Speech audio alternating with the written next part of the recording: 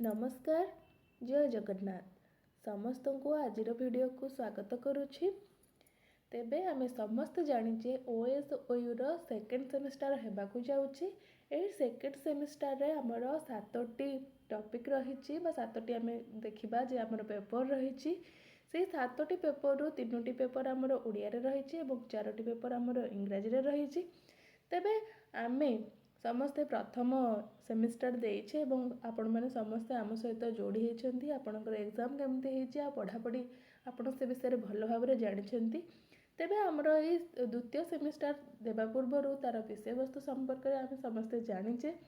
आम पाखे आसी 3टी ରୁ 4टी बुक पिला पाखे पहुँची सारा। तेबे आमर द्वितीय सेमिस्टर प्रथम बुक बा प्रथम पेपर रही आमर भाषण कला संपर्क में से विषय आम आज अल्प बहुत जानिबा। तेबे देख ये हूँ तुमर द्वितीय सेमिस्टर जो आमर प्रथम पेपर होची से बुकटी जार नाम रही ओडिया भाषार व्यवहारिक प्रयोग। ये आम देखा आमर प्रथम पेपर प्रथम टॉपिक रही भाषण कला। भाषण कलार परिसर से सब टॉपिक आसूची भाषण कलार उपयोगिता, भाषण कलार प्रकार भेद एवं भाषण कलार प्रस्तुति। सेमती आम द्वितीय टॉपिक जदि जीवा भाषण कलार प्रासंगिकता अच्छी। तृतीय टॉपिक रही दलगत आलोचना। चतुर्थ टॉपिक रही स्वगत कथन संलाप भंगी। तार परवर्ती समय साक्षात्कार। तार परवर्ती टॉपिक रही संवादर संज्ञा एवं स्वरूप। तार परवर्ती संवाद प्रस्तुति एवं तार परवर्ती रही नथि प्रस्तुति अनुविधि। परवर्ती टिप्पणी प्रस्ताव और अनुमोदन, चिठा प्रस्तुति और अधिसूचना। दशम रही विज्ञप्ति एवं घोषणा लेखन। 11 रही पत्र लिखन, व्यक्तिगत पत्र हेउ, व्यावसायिक पत्र हेउ किंबा संपादकों को पत्र हेउ। तार परवर्ती रही ओडिया भाषार कंप्यूटरीकरण। तार पर रही Odia force, cardboard, word processing, बनान, व्याकरण केमिति आमे करि परिबा। तार पर रही हार्डवेयर और सॉफ्टवेयर, ओडिया इंटरनेट और तार व्यवहार एवं आमे शेष देखा पाइबा ओडिया भाषार व्यवहारिक प्रयोग और कृत्रिम बुद्धिमत्ता AI रो सम्मेलन। वर्तमान AI जुग चली प्राय समस्ते AI विषय रे अल्प बहुत ज्ञात अछंती। तेबे आमे कहिबा प्रथम एकक आम जो भाषण कला रही से विषय आम टिके आज जानिबा। तो आमे समस्ते जेतेबेले आमे प्रथम रु विद्यालय रे पाठ पढ़िले प्रथम ठू आमे दशम पर्यंत समस्ते विद्यालय रे पाठ पढ़ीचे।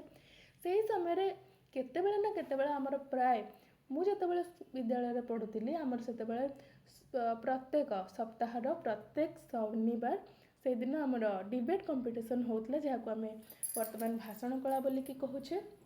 एवं प्रत्येक आमर स्वाधीनता दिवस हेउ किंबा गांधी जयंती हेउ जेकोसी आमर विद्यालय रे माने कहिबा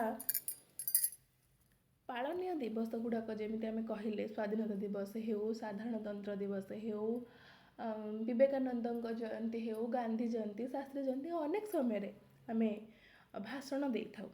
जमी आम कहिबा भाषण गोटे कला।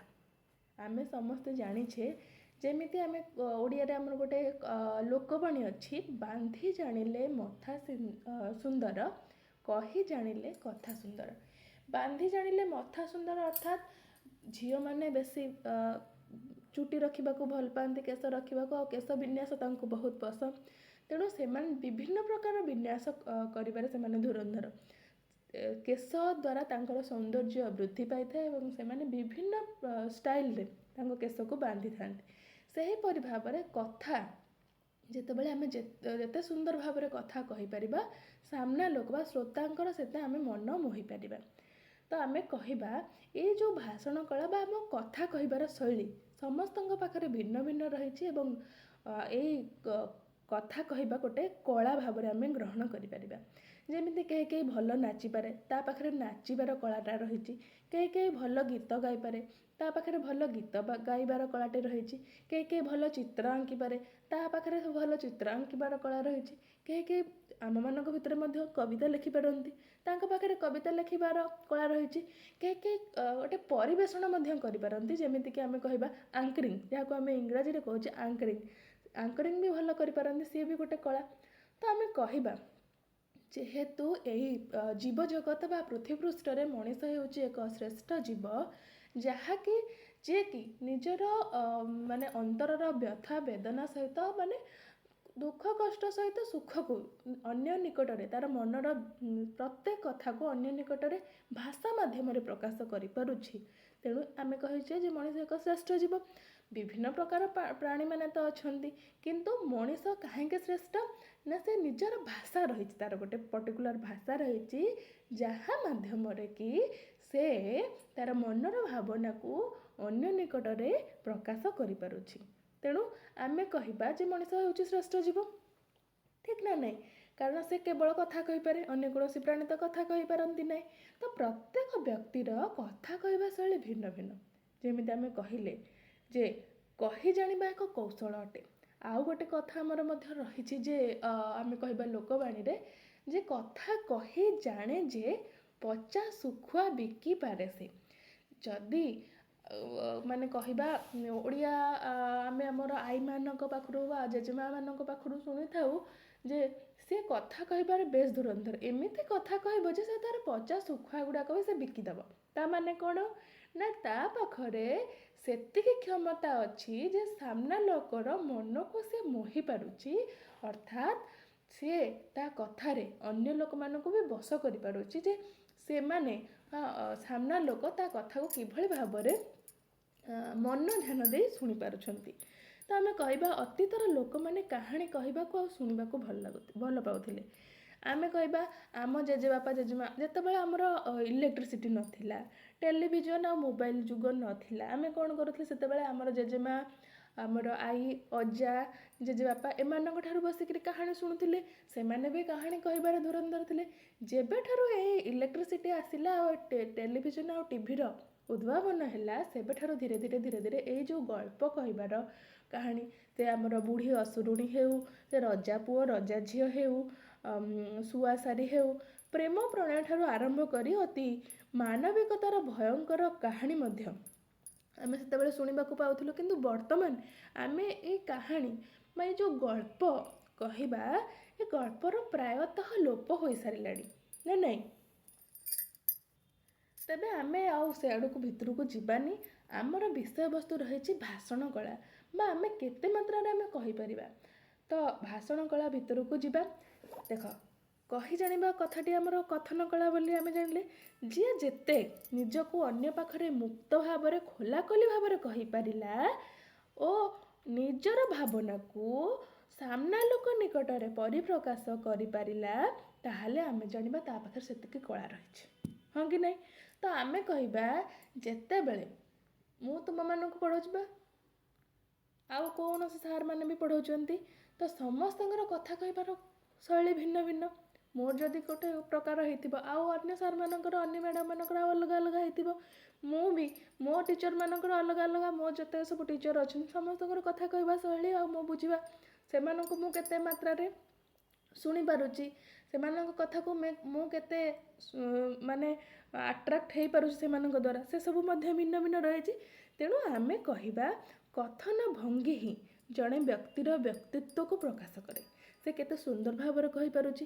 ଆମେ କହିବା ଆମର ଗୋଟେ ରହିଛି ଖା ଗିଳେ ଆଉ ଭୁଞ୍ଜ। ଆଗକୁ ଗଲେ ମଧ୍ୟ ଆମେ ଏ ବିଷୟରେ ତୁମ ପାଠ ପୁସ୍ତକରେ ମଧ୍ୟ ରହିଛି ଖା ଗିଳେ ଭୁଞ୍ଜ ବିଷୟରେ। ତେବେ କଥନ ଶୈଳୀ ବା ଭାଷଣ କୌଶଳ ଭାଷାର ବ୍ୟବହାର ବା ପ୍ରୟୋଗ କ୍ଷେତ୍ରରେ ଏକ ବିଶେଷ ଭାବରେ ଗୁରୁତ୍ୱପୂର୍ଣ୍ଣ ଭୂମିକା ଗ୍ରହଣ କରେ। ତେବେ ସଙ୍ଗୀତ ଗାନ କରିବା, ଯେମିତିକି ମୁଁ କହିଥିଲି କବିତା ଆବୃତ୍ତି କରିବା, ନାଚ କରିବା, ଏସବୁ କ'ଣ ହେଉଛି ନା ଗୋଟେ ଗୋଟେ କଳା ରହିଛି। ତ ଅତୀତର ଗ୍ରାମୀଣ ଜୀବନରେ ଆବାଳ ବୃଦ୍ଧ ବନିତା ଗଳ୍ପ ସାଗରମାନଙ୍କର ଚଟୁଳ ବଞ୍ଚନ ଭଙ୍ଗିମାରି ଯୁଗ୍ମ ଗ୍ରାହକମାନେ ଥିଲେ। ସେମାନେ କ'ଣ କରୁଥିଲେ ନା ଘଣ୍ଟା ଘଣ୍ଟା ଧରି ଗଳ୍ପ ଶୁଣୁଥିଲେ, ଆଉ ଗଳ୍ପ କହି ମଧ୍ୟ ପାରୁଥିଲେ। ଏବଂ ସମୟ ସମୟରେ ଆମେ ଦେଖିବା ଏଇ ଗଳ୍ପ କହିବା ଯେମିତି ଗୋଟେ ବ୍ୟବସାୟରେ ପରିଣତ ମଧ୍ୟ ସେଇ ସମୟରେ ଥିଲା। କିନ୍ତୁ ବର୍ତ୍ତମାନ ତ ଆଉ ସେସବୁ ନାହିଁ। ଗ୍ରାମ୍ୟ ଗଳ୍ପ ସାଗରମାନଙ୍କରେ କଥନ କଳା ଆଧୁନିକ ଜଗତର ଶିକ୍ଷିତ ବର୍ଗଙ୍କ ଭାଷଣ କଳାରେ ପରିଣତ ହୋଇଛି। ଚଳନ୍ତି ସମୟରେ ଭାଷଣ ମାଧ୍ୟମରେ ଜଣେ ବକ୍ତା ଏକ ସମୟରେ ହଜାର ହଜାର ଶ୍ରୋତାଙ୍କୁ ଘଣ୍ଟା ଘଣ୍ଟା ଧରି ବାନ୍ଧି ରଖିପାରୁଛନ୍ତି। तो से केमिति रखिपारुछंती आमे कहबा वक्ता कौन श्रोता कौन एठी भी मनरे प्रश्न आसे। तो वक्ता कहले कौन ना जे कहूची ताको आमे वक्ता कहबा। श्रोता कहले जे शुणुची भाषण हेउची जहाको आमे कहूचे सेटाको आमे कहबा भाषण। और जे कहूचे ताको आमे वक्ता और जे शुणुचे आमे ताको श्रोता बोली कहूचे। तो आमर जेतेबेले आमको किछि दिया जाउची भाषण माने ये करबा पई भाषण कहबा पई सेतेबेले आम पाखरे निहाती किछि ना किछि गुण रहिबा दरकार। जेमिति कि आमे प्रथमे कहबा हमर वेलकम करबा हम जो स्वागतम करूछे से मने कर तुम मानक गोटे स्टेज रे नै कि छाड़ी दिया जीवो जे आज स्वाधीनता दिवस अछि स्वाधीनता दिवस विषय रे तुमे तुमर भाषण रे किछि कुह तुमे जे स्टेज ऊपर छिड़ा गला तो केमिति कहबो से विषय तो पुणी जानिथिबा दरकार। तो तुम पाखरे से किछि गुण जेमिति कि मु कहबी प्रथमे आमे कहबा तुमे स्ट्रांग आ अट्रैक्टिव वे रे वेलकम करिया दरकार जहाँकि अत्यंत भाव में अट्रैक्टिव है समस्त तो कहते तो से टाइप न है तुम्हें कौ भाई भाव में कह। सेकेंड हूँ तुम वॉइस तुम जो कथाटा कौच से अट्रैक्टिव रहा दरकार। तृतीय हूँ स्वर भांग जहाँ को आम इंग्राजी में कौचे मॉड्यूलेशन। चतुर्थ हूँ बॉडी मूवमेंट आम जदि जाकि काठ कंडे भाया ढड़ा होम अनर्गल भाव में गपि चलवा ताहले से भी श्रोता मानकर शुणा को आग्रह प्रकाश हेबनी जे आमर जितेबाला भाषण कहते से आमर भावभंगी रहा दरकार। जमी आम बॉडीर किसी मुवमेंट होता दरकार ता सहित आमर आई कंटाक्ट रहा दरकार ता सहित जितेबाला आमर टॉपिक रही मनकर आमको स्वाधीनता दिवस विषय कहवाक कहुई तो फोकस आमर से पॉइंट ऊपर रहा दरकार जे आमको स्वाधीनता दिवस रे ही कहबार अच्छी। आउ कि क्वेट्स मिलूँ जमीती कि स्वाधीनता दिवस आमर किछि क्वेट्स जिते किछि कविता जदि तुम पाखे रखुची ताले से सब को भी ऐड कले से भाषणटा आहुरी सुंदर आ सावलील हो पारे।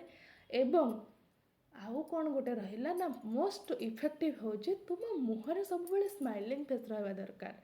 नाई नाई बड़ बड़ आखि करके जाए बड़ बड़ बाटे चिल्ले कि कहबा से किसी फलप्रद हेबनी जस्ट स्माइलिंग फेस रहा दरकार। आ हाँ गोटे मोस्ट इम्पोर्टाट जदि तुमर कौन जगह मन न पड़ुची से रहीजार ना ता आग को चलबार अच्छे मन पड़ुनी ठीक अच्छे से सेंटेंसटा को छाड़ी नेक्स्ट सेंटेंसटा को जहाँ भी कहबार अच्छे ठीक अच्छे।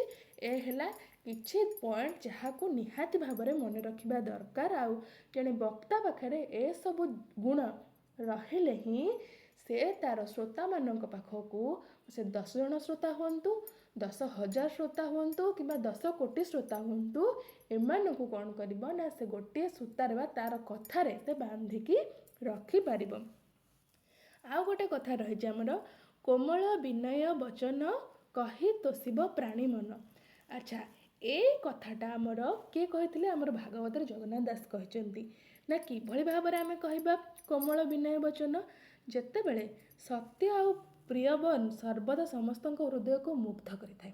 आमे जदि किए क्या रागी जो आम धीरे से कथा होचे से मनर भावनाटा को आम जो धीरे धीरे बा कोमल भाव में कहूचे ताहले कौन हेबो ना जो सामना प्राणीटे थिबो सी भी भल भाव में बुझी पार। लोक तुंडरे रही खा भूंज गिल तुमको प्रथम कही जे लोक भाषा आमर रही खा गिल आ भूंज जड़े भूक्षु को गिल कहले तांकर सम्मान हानि होता है। अच्छा कहले आमर कौन बुझा ना जितेबाला जड़े खाऊा लोक को जड़े खाइबा भल पाए ताकू जो आम कहबा है ने गिल ताकू के लगे तार सम्मान निहाती हानि आसो आटा कष्ट दब। आ जदि आम से समय नियो खाओ बा खाओ बोलिकी कहबा ताहले कौन हेबो ना तांको प्रति आम मन रे सम्मान प्रकाशित हेबो एवं से खाओ बोली कहले तांको भी कौनसी प्रकार असम्मान आमे करबा नहीं एवं तांको मन रे कौनसी प्रकार द्विधा सृष्टि हेबो नहीं। से गोटे तुंडरे वचन रे अमृत और विष दुईटा जाक रही अप्रीतिकर वचन विन्यास विषम परिस्थिति सृष्टि करुथिबा बेले नम्र और कोमल वचन समस्त को आपणार करनी। जेमिति कि आमे कहू एई तुंडरे विष अच्छी आ एई तुंडरे अमृत अच्छी तो आम विषटा को कहीं बाहर करवा अमृतटा को कहीं न बाहर करवा। विष बाहर करने द्वारा लोक मैंने तुम ठार दूरे जीवे କିନ୍ତୁ ଯଦି ଆମେ ଅମୃତ ଆମର ସେଇ ପାଟିରୁ ବା ସେଇ ବଚନ ଗୁଡ଼ାକ ଯଦି ଆମର ଅମୃତ ବାହାରିବ ତାହେଲେ ଆମ ପାଖରେ ଲୋକ ନିହାତି ଭାବରେ ରହିବେ ଆଉ ଆମକୁ ଭଲ ପାଇବେ। ଆମେ ଗୋଟେ ନିର୍ଦ୍ଦିଷ୍ଟ ବିଷୟରେ କେତେ ଜାଣୁ, ଆମର ସେଇଥିରେ କେତେ ବେଶୀ ପ୍ରବେଶ ରହିଛି, ସେହି କଥାକୁ ଆମେ କେମିତି ଭାବରେ ଉପସ୍ଥାପନା କରିପାରୁ, କଥାର ବିସ୍ତାର ବା କଥାଟାକୁ ଜାଣିବାରେ ଆମେ କେମିତି ଶବ୍ଦ ଚୟନ ଶବ୍ଦ ସଂଯୋଜନା କରିବା କଥା, ସେତକ ଆମେ ବିଧିବଦ୍ଧ ଭାବେ ଅବଗତ ହୋଇପାରିଲେ ଆମର ନିଜର ଉପରେ ବିଶ୍ୱାସ ବଢ଼ିବା ସହ ଆମେ ଭଲ ବକ୍ତା, ଭଲ ଆଲୋଚକ ବା ବିଷୟ ବିଶାରଦ ହୋଇପାରିବା। ଅର୍ଥାତ୍ ଆମେ ଗୋଟିଏ ଟପିକକୁ କେମିତି ଭାବରେ କହିବା, କେମିତି ଭାବରେ କହିଲେ ଶ୍ରୋତା ଆମ ଦ୍ୱାରା ଆକର୍ଷିତ ହେବେ, ଆମ କଥାକୁ ଘଣ୍ଟା ଘଣ୍ଟା ଧରିକି ଆମେ ଆମ କଥାକୁ ଯଦି ଘଣ୍ଟା ଘଣ୍ଟା ଧରି କହିବା ସେମାନେ ତାଙ୍କର ମନ ଧ୍ୟାନ ଦେଇକି ଶୁଣିପାରିବେ, ତାହା ଆମ ଉପରେ ହିଁ ନିର୍ଭର କରେ। ଯଦି ଆମେ ସେମାନଙ୍କୁ ବାନ୍ଧି ରଖିପାରୁନାହୁଁ ତାହେଲେ ଆମେ ଜଣେ ଭଲ ବକ୍ତା ନୁହୁଁ। ତେଣୁ ଯେତେବେଳେ ତୁମକୁ ଷ୍ଟେଜ୍ ଉପରେ ହେଉ କିମ୍ବା ତୁମକୁ କୌଣସି ଭାଷଣ ଦେବାକୁ ପଡ଼ିବ କିମ୍ବା ତୁମକୁ ଗୋଟିଏ କ୍ଲାସ୍ରେ ପାଠ ପଢ଼ାଇବାର ଅଛି, ତ ହୋଲ୍ କ୍ଲାସ୍ଟାକୁ ତୁମେ କେମିତି ତୁମ କଣ୍ଟ୍ରୋଲରେ ରଖିବ, ତୁମର କଥାର ତୁମ ପାଠ ପଢ଼ାର ଶୈଳୀଟାକୁ ତୁମର କଥାକୁ କିଭଳି ଭାବରେ ରଖିବ ସେ ବିଷୟରେ ତୁମେ ନିହାତି ଭାବରେ ଅବଗତ ହେବା ନିଶ୍ଚିନ୍ତ ଭାବରେ ଜରୁରୀ, ଯାହାଦ୍ୱାରା କି ତୁମେ ଜାଣିବ ଯଦି ହୋଲ୍ କ୍ଲାସ୍ଟା ତୁମର କଥାକୁ ଶୁଣୁଛି ତାହେଲେ ତୁମର ପାଠପଢ଼ା ସଫଳ ହୋଇଛି ଏବଂ ତା'ର ମୂଲ୍ୟ ରହିଛି। ଯଦି ତୁମେ ପଢ଼ିଲା ବେଳେ ସମୟରେ 4ଟା ପିଲା ଶୁଣୁଛନ୍ତି ଆଉ 8ଟା ପିଲା ଗପୁଛନ୍ତି ସିଆଡ଼େ, ତାହେଲେ ତୁମେ ଜଣେ ଭଲ ବକ୍ତା ନୁହଁ, ତୁମେ ସେମାନଙ୍କୁ ହ୍ୟାଣ୍ଡେଲ୍ କରିପାରୁନାହଁ, ତୁମ କଥାରେ ତାଙ୍କୁ ବାନ୍ଧି ପାରୁନାହଁ। ତ ଭଲ ବକ୍ତା ହେବାକୁ ହେଲେ ଏ ବିଷୟରେ ନିହାତି ଭାବରେ ଅବଗତ ହେବା ଦରକାର କି ଆମେ କେମିତି କହିବା ଦରକାର, ଆମର ଶବ୍ଦ ସଂଯୋଜନା କେମିତି ହେବା ଦରକାର, ଆଉ ଆମର ଆଇ କଣ୍ଟାକ୍ଟ ହେଉ, ବଡ଼ି ଲାଙ୍ଗୁଏଜ୍ ହେଉ, ଆମର ସ୍ୱରଭଙ୍ଗ ହେଉ, ଆମର ଭଏସ୍ର ଆଟ୍ରାକ୍ଟିଭ୍ କେମିତି ରହିବ, ଆମେ କିଭଳି ଭାବରେ ଆମର ଭାଷଣଟାକୁ କହିପାରିବା ଦରକାର। ତାପରେ ଆମେ ଦେଖିବା ଭାଷଣ କଳାର ପରିସର କ'ଣ ରହିଛି ଆଉ ତା'ର ଉପଯୋଗିତା କ'ଣ ରହିଛି। ଅସମ୍ପୂର୍ଣ୍ଣ ବାକ୍ୟ ବିନ୍ୟାସ ମାଧ୍ୟମରେ ନିଜସ୍ୱ କଥନକୁ ପ୍ରକାଶ କଲେ ତାହା ଅନ୍ୟମାନଙ୍କ ନିକଟରେ ଗ୍ରହଣୀୟ ବା ବୋଧଗମ୍ୟ ହେବା ପରିବର୍ତ୍ତେ ବିରକ୍ତିକର ହୋଇଥାଏ। ଯେତେବେଳେ ଆମେ ଅଧା କଥାକୁ କହିବା, ନିଜସ୍ୱ କଥନକୁ ଯଦି ଅନ୍ୟ ନିକଟରେ ଅଧା କଥା କହିବା ତାହେଲେ ଯିଏ ଶୁଣୁଥିବ ସେ କ'ଣ ବିରକ୍ତକର ହେବ। ଯେମିତି ଆମର କଥାରେ ଅଛି, ବାନ୍ଧି ଜାଣିଲେ ମଥା ସୁନ୍ଦର, ସୁନ୍ଦର କହି ଜାଣିଲେ କଥା ସୁନ୍ଦର। ଏ କଥା ମୁଁ ପ୍ରଥମରୁ ମଧ୍ୟ କହିଥିଲି। କହି ଜାଣିଲେ ଅନ୍ୟର ମନକୁ ବାନ୍ଧି ରଖିବା ସହିତ ବକ୍ତା ଜଣକ ନିଜର କହିବାର ଉଦ୍ଦେଶ୍ୟ ସଫଳ କରିଥାଏ। ଭାଙ୍ଗି ପଡ଼ୁଥିବା ମନକୁ ପୁନର୍ଗଢ଼ି ତୋଳିବାରେ ଭାଷଣ ହିଁ ସଞ୍ଜୀବନୀ ସଦୃଶ କାର୍ଯ୍ୟ କରିଥାଏ। ଯଦି କହିବା ବାକ୍ ଚାତୁରୀ ଦ୍ୱାରା ସମୂହ ସ୍ୱାର୍ଥର ଉଦ୍ଦେଶ୍ୟକୁ ସଫଳ କରିବାର କଳା ହେଉଛି ବାଗ୍ମିତା ବା ଭାଷଣ ଦକ୍ଷତା। ଆମେ କହିବା ଯେତେବେଳେ ଆମେ କୌଣସି ପ୍ରକାର କଥା କହିଥାଉ, ଭାଙ୍ଗି ଯାଇଛି ଯେତେବେଳେ କାହାର ଗୋଟେ ମନଟା ଭାଙ୍ଗି ଯାଇଥିବ, ଏ ଭାଷଣ ମାଧ୍ୟମରେ ଆମେ ତାକୁ ପୁନର୍ଜୀବିତ କରିଥାଉ। ଭାଷଣ ଶ୍ରବଣ ଦ୍ୱାରା ବ୍ୟକ୍ତିର ମାନସିକ ପରିବର୍ତ୍ତନ ଘଟିଥାଏ। ଅଶିକ୍ଷା ଭଳି ଅନ୍ଧକାରକୁ ଦୂରେଇ ଦେଇ ଏକ ଶୈକ୍ଷିକ ବାତାବରଣ ସୃଷ୍ଟି କରିବାରେ ମୁଖ୍ୟ ଭୂମିକା ଗ୍ରହଣ କରିଥାଏ ଭାଷଣ। ଏକ ସୁସ୍ଥ ଓ ସାଂସ୍କୃତିକ ସମାଜ ଗଠନ କରିବାରେ ଭାଷଣର ବିଶେଷ ଭୂମିକା ରହିଛି। ଭାଷଣ ଦ୍ୱାରା ବକ୍ତା ଜଣକ ଅନ୍ୟମାନଙ୍କ ଠାରୁ ମଧ୍ୟ ସମ୍ମାନିତ ହୋଇଥାନ୍ତି। କୌଣସି ଏକ ଜାତିର ଅଧପତନ ବେଳେ ତାକୁ ପୁନରୁଦ୍ଧାର କରିବାରେ ମଧ୍ୟ ଭାଷଣ କଳା ମୁଖ୍ୟ ଭୂମିକା ଗ୍ରହଣ କରିଥାଏ। ମହତ କଥନ ବ୍ୟକ୍ତିକୁ ନିଚତାରୁ ଉଚ୍ଚତାକୁ ପରିଣତ କରିବାରେ ଏକ ପୂର୍ଣ୍ଣ ଭୂମିକା ଗ୍ରହଣ ବା ପୂର୍ଣ୍ଣ ବ୍ୟକ୍ତିତ୍ୱ ଗଠନ କରିବାରେ ସହାୟକ ହୋଇଥାଏ ଭାଷଣ କଳା। ଜାତି ଭିତରେ ଗୋଟିଏ ଦୃଢ଼ ବନ୍ଧନ ସୃଷ୍ଟି କରିବାରେ ଭାଷଣର ମଧ୍ୟସ୍ଥତା ଗୁରୁତ୍ୱପୂର୍ଣ୍ଣ। ବ୍ୟକ୍ତିଗତ ଉନ୍ନତି ପାଇଁ ଭାଷଣ ଯେମିତି ଦିଗ୍ଦର୍ଶନ ଦେଇଥାଏ, ଜାତିଗତ ଜଡ଼ତାକୁ ସମୂଳେ ବିନାଶ କରି ଜାତିକୁ ଏକ ନୂଆ ରୂପ ପ୍ରଦାନ କରେ ଭାଷଣ। ଜ୍ଞାନର ପରିସୀମାକୁ ଭାଷଣ ବୃହତ୍ତର କରି ଜନସାଧାରଣଙ୍କ ନିକଟରେ ଏକ ସୁଦୃଢ଼ ସମ୍ପର୍କ ସ୍ଥାପନ କରେ। ମଣିଷ ଭିତରେ ଜଡ଼ତା, ଆଳସ୍ୟ, ସୁପ୍ତତା ଓ ନିଷ୍କ୍ରିୟତାକୁ ଭାଷଣ କରିଥାଏ କ୍ରିୟାଶୀଳ। ଆଚ୍ଛା, ମୋତେ ଗୋଟେ କଥା କୁହ, ଯେତେବେଳେ ତୁମର ପାଠ ପଢ଼ିବାକୁ ଇଚ୍ଛା ହେଉନାହିଁ କିନ୍ତୁ ଆଖି ସାମ୍ନାରେ ଏକ୍ଜାମ୍ ଅଛି, କମ୍ପିଟେଟିଭ୍ ଏକ୍ଜାମ୍ ଅଛି କି ଆମର PG ଏକ୍ଜାମ୍ ଅଛି, ରାତି ପାଇଲେ ଏକ୍ଜାମ୍, ଆମର 2-4 ଦିନ ଏକ୍ଜାମ୍ ଥିବ, कौन करवा केमिति पाठ पढ़ा आम या भाभी भाभी कौन करूँ कि गोटे मोटिवेशनल वीडियो देखो जेमिति कि आम मनटा पाठ पढ़ारे अट्राक्ट हो नाई मत पढ़ा अच्छे तो या ही ये जो मोटिवेशनल वीडियोटा कौन गोटे लोकटा तो ही कही मोटिवेशन देती ना तो आमे कहबा ताहा ही होउची भाषण ताहा ही होउची भाषण जहा द्वारा मनीष भितरे जो सबु सुप्त जिनिस गुड़ाक रही अच्छी ताको जाग्रत करवा जे जेमिति जितेबाला आमर भाषार स्वाधीनता पूर्ववर्ती समय जिते आमर इंग्रेज मैंने आम देश को शासन करुले बेंगली मैंने कौन कहले ना आमे आमर भाषा जो बहीपत्र अच्छे आम से बेंगली रे पढ़ेबू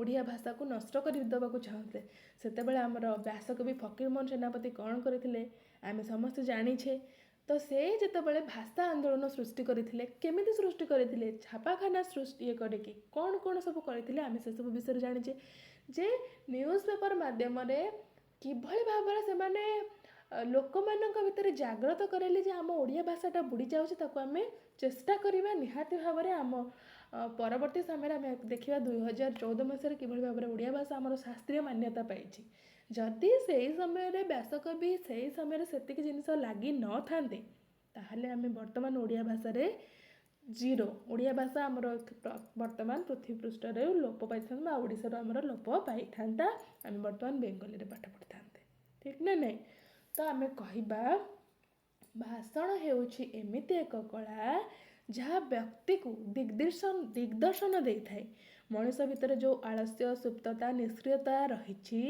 जड़ता रही क्रियाशील कराए ज्ञानर परिसर को वृद्धि कराए जाति जाति मध्य गोटे मान कहबा बॉन्ड स्थापन करें महत व्यक्ति को निचर जो गोटे महत व्यक्ति रही किभली भाव में उच्च को आनिबा ये भाषण द्वारा ही संभवपर होता है हो ना नहीं तो आम